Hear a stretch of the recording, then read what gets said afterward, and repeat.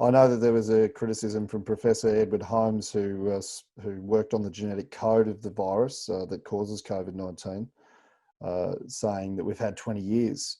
We've been through SARS, we've been through MERS, and so I wondered whether our lack of vaccine was not just that it's really difficult to develop a vaccine for these types of viruses, upper respiratory, but that governments have neglected it, and that the funding generally in science is fairly poor from ARC and NHMRC.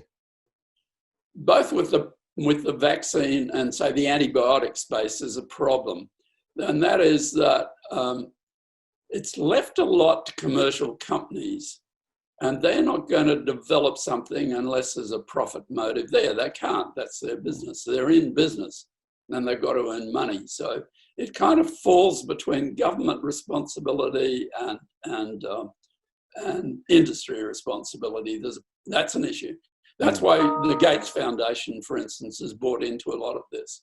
Now, with the vaccines, there is an organisation called CEPI, Centre Epidemic Preparedness Initiative, partly funded by Gates, partly by governments, to prepare vaccine platforms. You couldn't prepare the exact vaccine because you didn't know what was going to come down the pike, but you could prepare a platform, a basic strategy that you could then slot into, say, genetic material from COVID-2.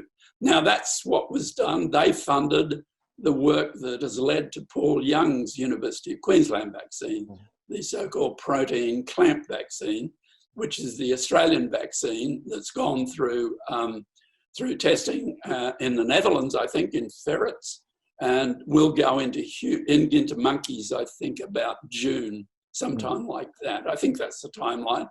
And that's being pushed forward by CEPI. We're not pushing it from Australia, it's being pushed by CEPI. And so that was a good initiative. What would have been great, and I did make a bit of noise about it, but not enough, was to have a comparable program looking at antiviral drugs.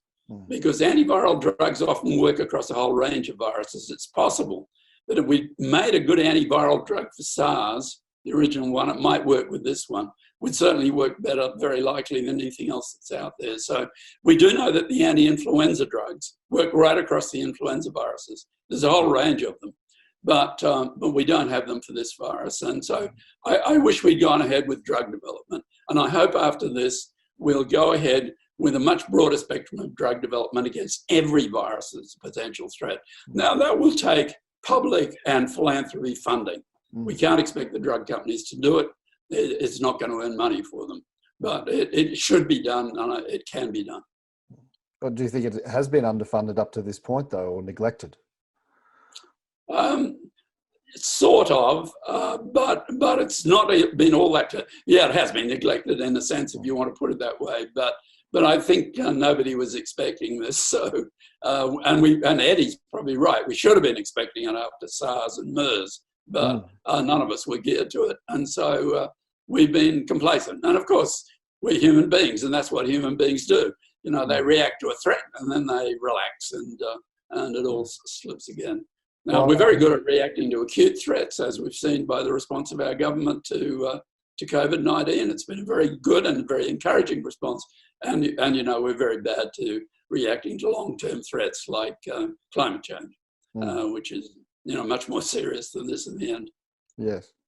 I suppose I thought that, you know, if you look at the success rate of NHMRC grants and ARC grants just generally, they've decreased over the years. So it probably makes it very hard for a small lab working on something like a bat coronavirus to survive. Well, basically, you know, not a lot of research is done by small labs anymore. I mean, a small lab is 8 or 10 people. They're not that small. So the research itself has become much more expensive. It's true that the ARC and NHMRC funding hasn't really kept pace. The last great advocate we really had for medical science in Australia was John Howard, who was helped by Brendan Nelson. Right. And on both sides of politics, we haven't had quite that level of advocacy. Tony Abbott introduced the Medical Research Futures Fund, which has proved to be very useful in some of this. But it would be great if we had more funding. across the science spectrum in general in Australia, I think.